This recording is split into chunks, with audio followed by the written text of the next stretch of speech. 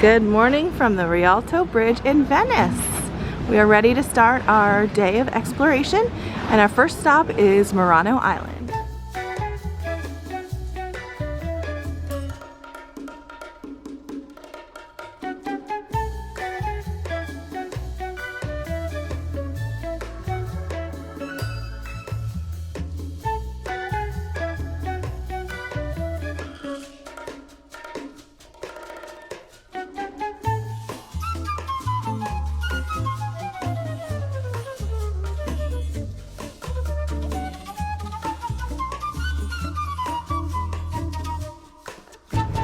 We just boarded our first Vaporetto for the day, which is the water taxi or bus service, and we are going to Murano Faro, which is where the lighthouse is and also where the glass blowing factory tour is.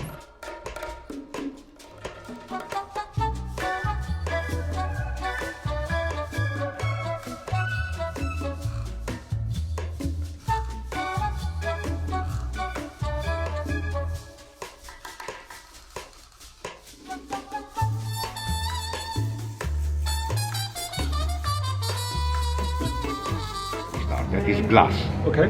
The composition is silicate sand, soda, borax and calcium. That is the raw material for any kind of glass. Okay. Then we add the different minerals to do the different qualities, or different metal oxides to do the color. Copper, green, cobalt blue, manganese black and so on. We put this one inside the oven, and in 8 hours at 1300 centigrade become a liquid. That's now.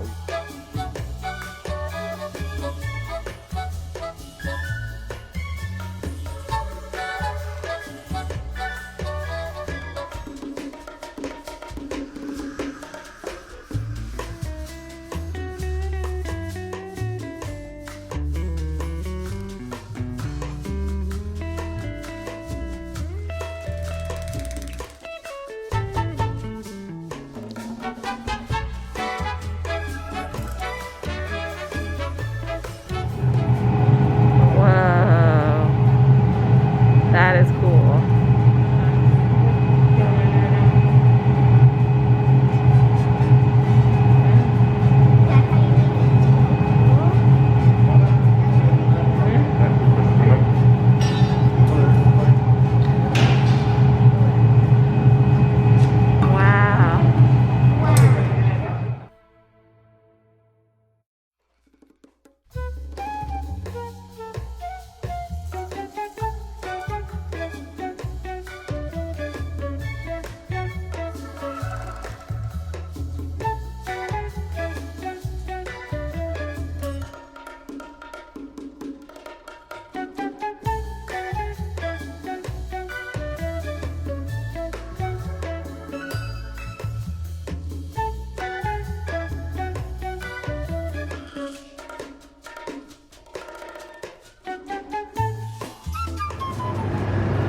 So girls, what did you think of the glass factory?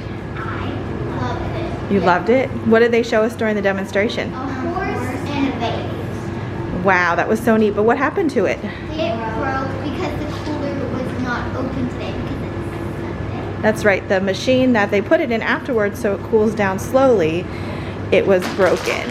I mean, not broken, I'm sorry, it's closed because it's Sunday. And now we're just gonna go explore Murano a little bit.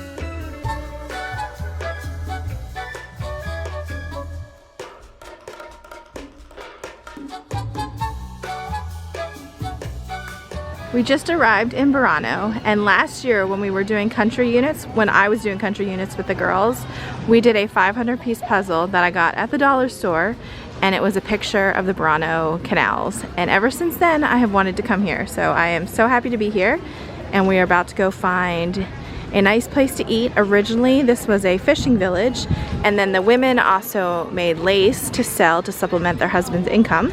And so we are going to hopefully go to a restaurant that has really good fish for lunch.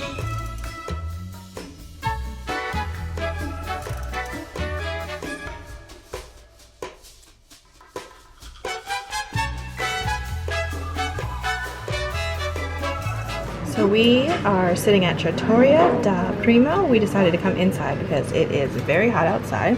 I have my 3 drinks as usual: Prosecco, water, and a beautiful Murano glass, and Coca-Cola Zero. And I found this recommendation online, and it was so nice because the person who sat us is actually the daughter of the chef, and it's family run, and they've always lived in Burano. So I got spaghetti carbonara.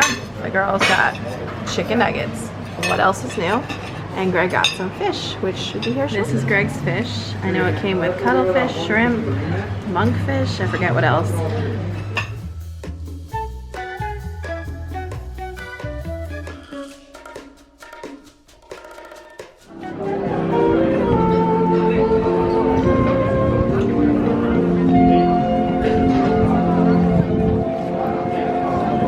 So in Burano, there's also a leaning tower, not just in Pisa, and it dates back from the 16th century, and the church that it belongs to is the Church of San Martino.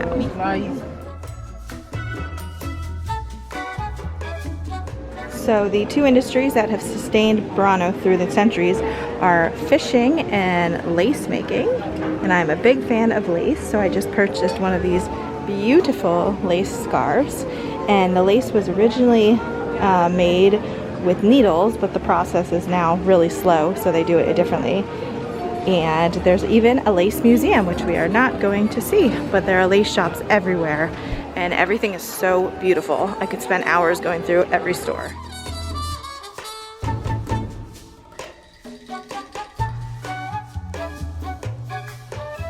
So this is one of the best known houses in Burano.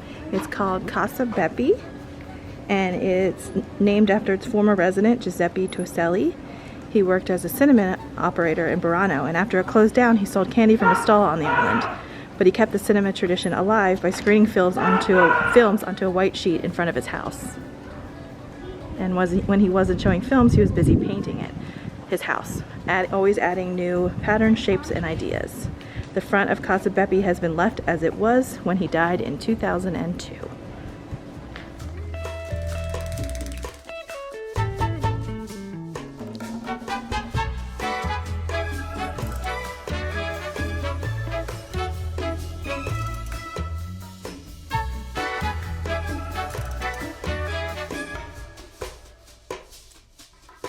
So what do you all think of the colored houses of Burano? I love them. They're so pretty. And did you know that they use curtains to keep their door from getting too hot, and then the heat will transfer into the house? That is so right. You're so right. What's your favorite color of house that we've seen so far? The purple one. The purple one. What about you, Em? The metallic. Actually, my favorite house was the famous one. The Casa di Beppi? That's right. I think mine was the one that Mommy was standing right next to. Oh, neat. Oh, it's blue one. That's a pretty blue. You're right.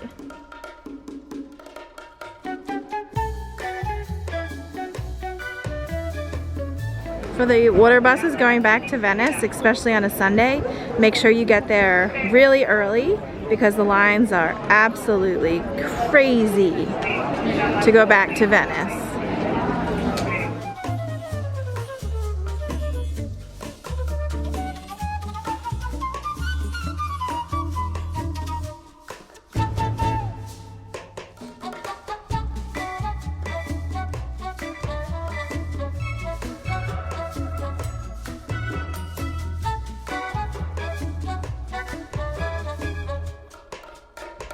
This is the Piazza San Marco, and the church in front of us is the St. Mark's Basilica. This is the main square in Venice, and we are coming here on our last night at 6:30, and it is mobbed with people, but absolutely gorgeous.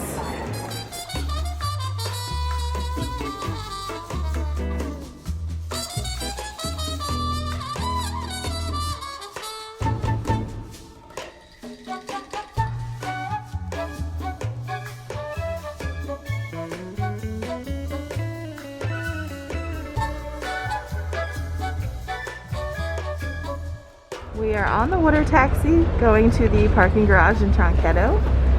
And girls, did you enjoy your time in Venice? Yes. What was your favorite part? Gelato. Gelato. My favorite part was exploring the other 2 islands. The other 2 islands? That was a lot. That was really fun, you're right.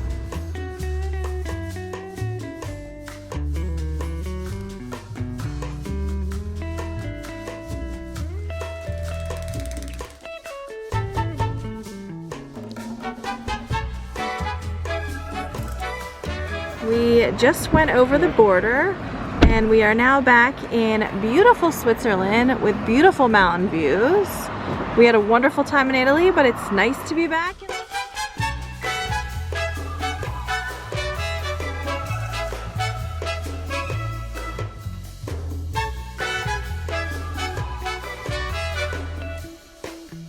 Girls, what number sign are we at?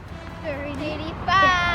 We're on at our 35th sign, and we decided to stop here for a little adventure on our way home from Italy to Basel, since it is right on the way.